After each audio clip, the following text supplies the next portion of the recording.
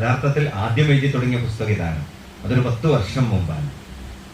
അന്ന് എഴുതി 10 വർഷങ്ങൾക്ക് ഇപ്പുറം ഒരുപാട് മാറ്റങ്ങൾ വിദ്യാഭ്യാസ മേഖലയിലെല്ലാം വന്നു, ആളുകളുടെ ജീവിതത്തിൽ വന്നു. ജെൻസി എന്ന് പറയുന്നതൊക്കെ വലിയ ചർച്ചയിലേക്ക് വന്നുകൊണ്ടിരിക്കുകയാണ്. കുട്ടികളുടെ മനോഭാവത്തിലും പ്രകൃതത്തിലും പെരുമാറ്റത്തിലും നമുക്ക് ചിന്തിക്കാൻ കഴിയുന്നതിനപ്പുറത്തേക്ക് മാറ്റങ്ങൾ വന്നപ്പോൾ ഓരോ പ്രാവശ്യവും പുസ്തകം മാറ്റി മാറ്റി എഴുതേണ്ടി വന്നു. കുഞ്ഞുണ്ണി മാഷ് തൻ്റെ ഒരു കവിത 18 വരിയുള്ള കവിത 18 വർഷം കൊണ്ട് പൂർത്തിയാക്കി എന്ന് പറഞ്ഞപ്പോൾ എനിക്ക് ഭയങ്കര അത്ഭുതം തോന്നി, ഇത്രയൊക്കെ വേണോ എന്നുള്ളത്. പക്ഷേ ഈ പുസ്തകത്തിന്റെ അവസാനത്തിൽ എത്തി നോക്കുമ്പോൾ 10 വർഷം എന്നുള്ളത് ഒരു കാലമല്ല എന്ന് ഞാൻ തിരിച്ചറിയുന്നു. കാരണം ചിലപ്പോൾ കഴിഞ്ഞ വർഷം വരെ ഇത് ഒരു ചാപ്പിള്ളയായിട്ട് തന്നെ നിന്നേനെ.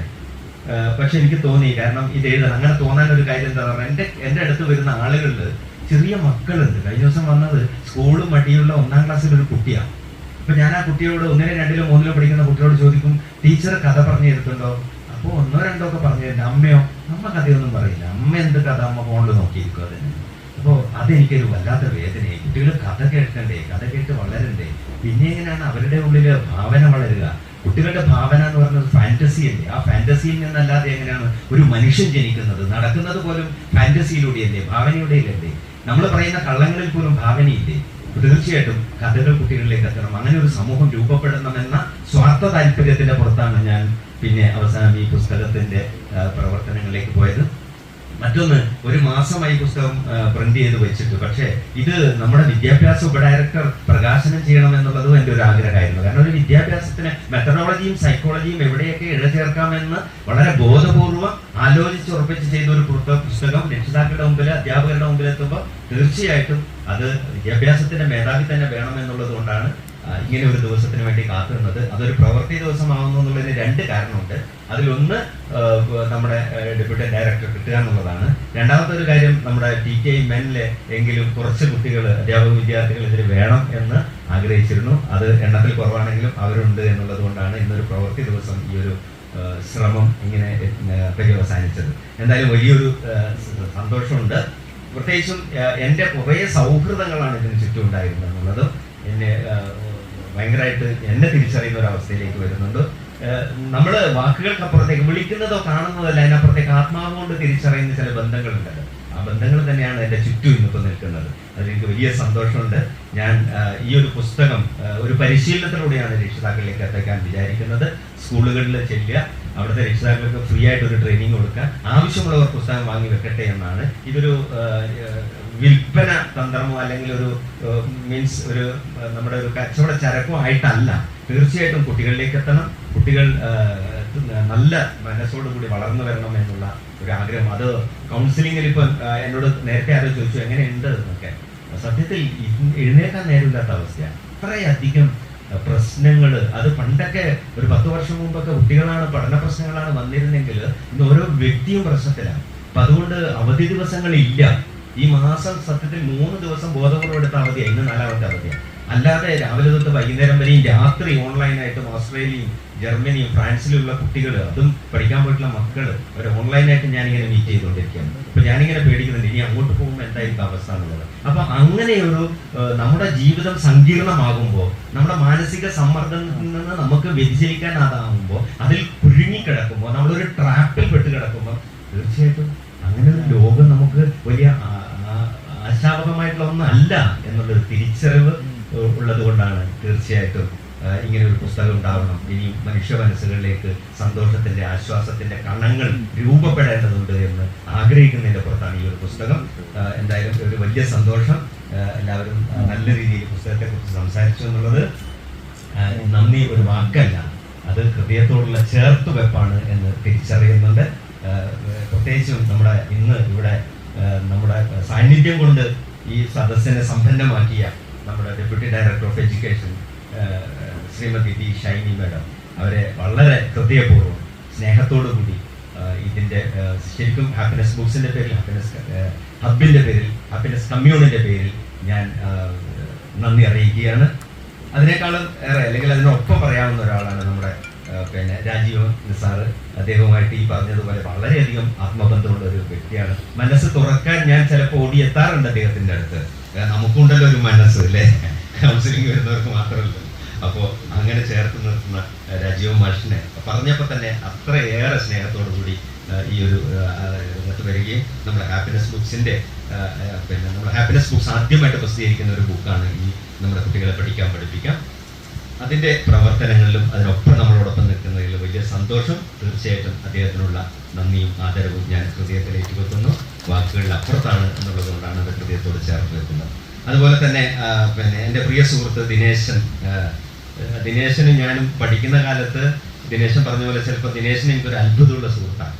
കാരണം ദിനേശിൻ്റെ ഭാഷ, വാക്കുകൾ, നോട്ടം ഇത്രയും സൗമ്യമായിട്ട് ഞാനൊരു സുഹൃത്തിനെ ചിലപ്പോൾ കണ്ടിട്ടുണ്ടാവില്ല. മറ്റു സുഹൃത്തുക്കൾ ക്ഷമിക്കുക.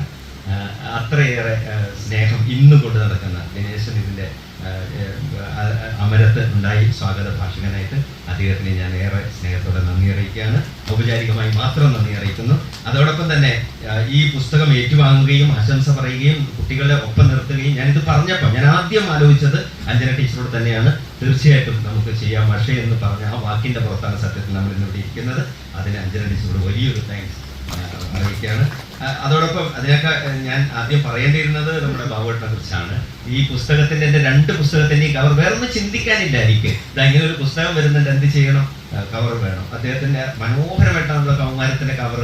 ആ കവർ അദ്ദേഹത്തിന്റെ മക്കൾ തന്നെ ഒരു സൈക്കിൾ ഓടിക്കുന്നത് നിങ്ങൾ കണ്ടിട്ടുണ്ടാവും, കവറാണ് അത്. അതേപോലെ തന്നെ ഈ ഒരു പുസ്തകം ഒരു കവറിന് വേണ്ടി വന്നപ്പോൾ അദ്ദേഹം എന്നോട് സജസ്റ്റ് ചെയ്തത് നമുക്ക് AI എടുക്കാമെന്നാണ്. പക്ഷെ ഞാൻ പറഞ്ഞു വേണ്ട, AIയുടെ കാലമാണെങ്കിൽ പോലും അതിൽ ജൈവികമായിട്ടുള്ള ഒരു അംശം വേണം എന്നുള്ളത് കൊണ്ട് ഇങ്ങനെ ഒരു ഫോട്ടോ എടുക്കുകയും അത് മനോഹരമായിട്ടുള്ള ഒരു കവറായിട്ട് വരികയും ചെയ്തു. അതിൽ ഓരോ ഘട്ടത്തിലും എനിക്ക് വളരെ സധൈര്യം സമീപിക്കാൻ കഴിയുന്ന ഒരു വ്യക്തി കൂടിയാണ് ശ്രീ KT ബാബുരാജ്. എനിക്ക് വളരെയേറെ കാലത്തെ അദ്ദേഹത്തിന് എന്നെ ഓർമ്മയുണ്ടോന്ന് അറിയില്ല. ഞാനൊരു തളിപ്പറമ്പ് നോർത്തിൽ ടീച്ചേഴ്സ് ട്രെയിനിങ്ങിൽ ഞാൻ അദ്ദേഹത്തെ ആദ്യം വിളിച്ചുകൊണ്ടിരുമ്പോഴാണ് നമ്മുടെ പരിചയം അവിടെ ആരംഭിക്കുന്നത്. അന്നൊരു സാധാരണയിൽ കവിഞ്ഞ് ടീച്ചേഴ്സിന്റെ ഒരു അവരുടെ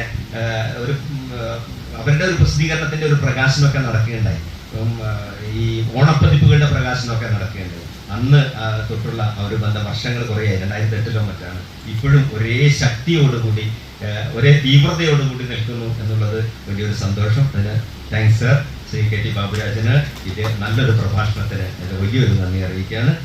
അതോടൊപ്പം ഡയറ്റ് പ്രിൻസിപ്പൽ വിനോദ് സാറ് വരാമെന്ന് പറഞ്ഞിരുന്നു. അദ്ദേഹത്തിന് വരാൻ കഴിഞ്ഞിട്ടില്ല, എങ്കിലും വരാം എന്ന വാക്കിൻ്റെ പുറത്തുള്ളൊരു നന്ദിയും സ്നേഹം അറിയിക്കുന്നു. മറ്റൊന്ന് നമ്മുടെ SPC എന്ന് പറയുന്നത് ഇവിടെ രാജേഷ് സാർ പറഞ്ഞ പോലെ എൻ്റെ ഹൃദയത്തിൻ്റെ ഭാഗമാണ്. കാരണം കൊറോണ കാലത്ത് എത്രയെത്ര മക്കളെയാണ് എനിക്ക് അറിയാൻ കഴിഞ്ഞതെന്നറിയോ. എത്രയെത്ര വേദനിക്കുന്ന കുട്ടികളാണ്. എത്രയോ തവണ സംസാരിച്ചിരിക്കുന്നു, രാത്രിയും പകലും ഇല്ലാതെ. ഒരു കുട്ടി അബദ്ധത്തിൽ ഫാനിൽ കുരുങ്ങി മരിച്ചപ്പോൾ അവരുടെ വീട്ടിൽ പോയിട്ട്, നമുക്ക് പുറത്തിറങ്ങാൻ പറ്റാത്ത കാലത്താണ്, ആ വീട്ടിൽ പോയിട്ട് ആ കുട്ടിയുടെ കുടുംബത്തെ ആശ്വസിപ്പിക്കാൻ പറ്റുന്നത് ഇപ്പോഴും എൻ്റെ ഹൃദയത്തിൽ ഇങ്ങനെ വിങ്ങി നിറഞ്ഞു നിൽക്കുന്ന ഒരു സംഗതിയാണ്. അപ്പൊ അതൊക്കെ നമ്മുടെ ഈ SPCയുടെ നേതൃത്വത്തിലുള്ള ചിരി കൗൺസിലിംഗ് പ്രോജക്റ്റാണ്. ആ ഒരു പ്രോജക്റ്റിനെ SPCയെ ഇപ്പോഴും നേതൃത്വം കൊടുക്കുന്ന സൗമ്യനായിട്ടുള്ള ഒരു പുഞ്ചിരിയോടുകൂടി മാത്രം, ഒരു പോലീസുകാരൻ്റെ ഒരു ബോഡി ലാംഗ്വേജ് ഒന്നല്ല പലപ്പോഴും രാജേഷ് സാറിന്, അത്രയും സൗമ്യമായിട്ടുള്ള അദ്ദേഹത്തിന്റെ സാന്നിധ്യം. വിളിച്ചപ്പോൾ തന്നെ തീർച്ചയായിട്ടും ഞാൻ വരും എന്ന് പറഞ്ഞു, സമയത്തിന് എത്തി. ഒരുപാട് നന്ദി അറിയിക്കുകയാണ്. അതുപോലെ നമ്മുടെ ORC കോർഡിനേറ്റർ ഷമീജ മേഡം, തീർച്ചയായിട്ടും ഒരുപാട് പെട്ടെന്ന് വിളിക്കുക. നമുക്കൊരു പരിപാടി ഉണ്ടല്ലോ, തീർച്ചയായിട്ടും ഞാൻ ആ വിളി, എനിക്ക് പറ്റാവുന്ന അവസരങ്ങളൊക്കെ നമ്മൾ ഒരുമിച്ച് എവിടേക്കോ സ്കൂളുകളിൽ, ഇപ്പം പൈസക്കാരി സ്കൂളാന്ന് തോന്നുന്നു, നമ്മൾ ഒരിക്കലേ അടുത്ത് ഈയിടെ ഒരു പെൺകുട്ടി സൂയിസൈഡ് ചെയ്ത സ്കൂളാണ്. അവിടെയൊക്കെ ഒരുപാട് സ്കൂളുകളിലും ഒരുപാട് പ്രോഗ്രാമുകളിലും ഞാൻ എപ്പോഴും പറയുന്നത് ഇതൊക്കെ ഒരു പ്രോജക്റ്റാണ് സർക്കാരിൻ്റെ.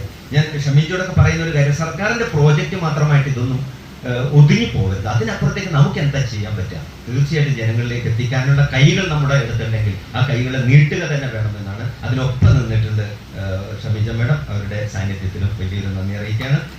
പിന്നെ ശശിമാഷ് നമ്മുടെ ഒപ്പമുള്ള പ്രിയപ്പെട്ട സഹോദരനാണ്. അതുകൊണ്ട് ശശിമാഷ് ഒഴിവാക്കി നിർത്തിയിട്ട് ഇങ്ങനെ ഒരു പരിപാടി ഇല്ല എന്നുള്ളത് കൊണ്ടാണ് മാഷെ വിളിച്ചു. അത് അതേ സ്നേഹത്തിന്റെ അളവിൽ തന്നെ തിരിച്ചു തന്നു എന്നുള്ളത് വലിയൊരു സന്തോഷമാണ്. ഒരുപാട് താങ്ക്സ് സർ.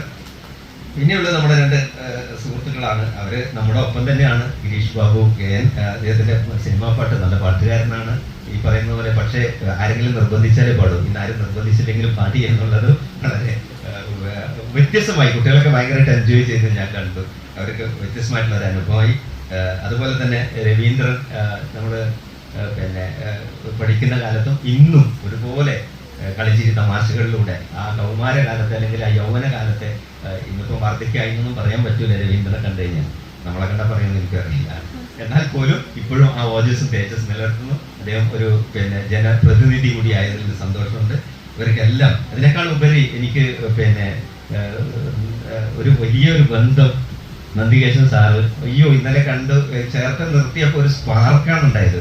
അന്ന് ഉദുമ സ്കൂളിലെ ഓർമ്മകളൊക്കെ തിരിച്ചു വന്നു.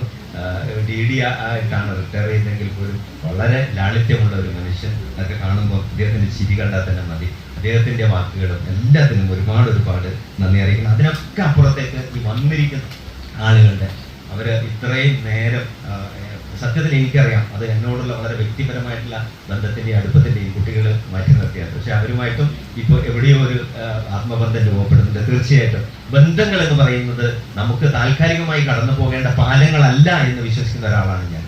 അവ ജീവിതത്തിലെ എല്ലാ മേഖലകളിലും നമുക്ക് സാന്ത്വനം തരേണ്ട ഒരു ചേർത്ത് നിർപ്പാവണം. ആ ചേർത്ത് നിർത്തൽ ഇവിടെ വന്നവരെല്ലാവരും ഇടയ്ക്ക് തിരക്കായിട്ട് പോയവരുണ്ട്.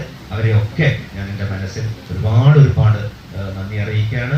ഇനിയും തീർച്ചയായിട്ടും എപ്പോഴും നമ്മൾ ഒരുമിച്ചുണ്ടാവും എന്ന ഒരു വിശ്വാസം, ഒരുപാട് സ്നേഹം അറിയിച്ചുകൊണ്ട് ഈ വന്നതിന് പ്രത്യേകിച്ച് ആങ്കറിങ് കൊണ്ട് പിന്നെ നമ്മുടെ സ്റ്റാഫ് കൂടെ ഉണ്ട് മുഴുവൻ സമയം പ്രവർത്തനം.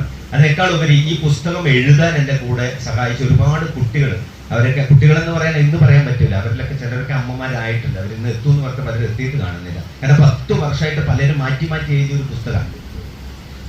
4, 5, 6 അവരെയൊക്കെ ഞാൻ ഈ അവസരത്തിൽ ഓർമ്മിക്കുകയാണ്. അവർക്കൊക്കെ ശ്രമത്തിന്റെ ഭാഗമായിട്ട് തന്നെയാണ് ഇങ്ങനെ ഒരു പുസ്തകം പുറത്തു വന്നിട്ടുള്ള 10 വർഷം കഴിഞ്ഞാലും ഇതൊരു വലിയ നേട്ടമായിട്ട് തന്നെ എൻ്റെ വ്യക്തി ജീവിതത്തിലും എനിക്ക് തോന്നുന്നുണ്ട്.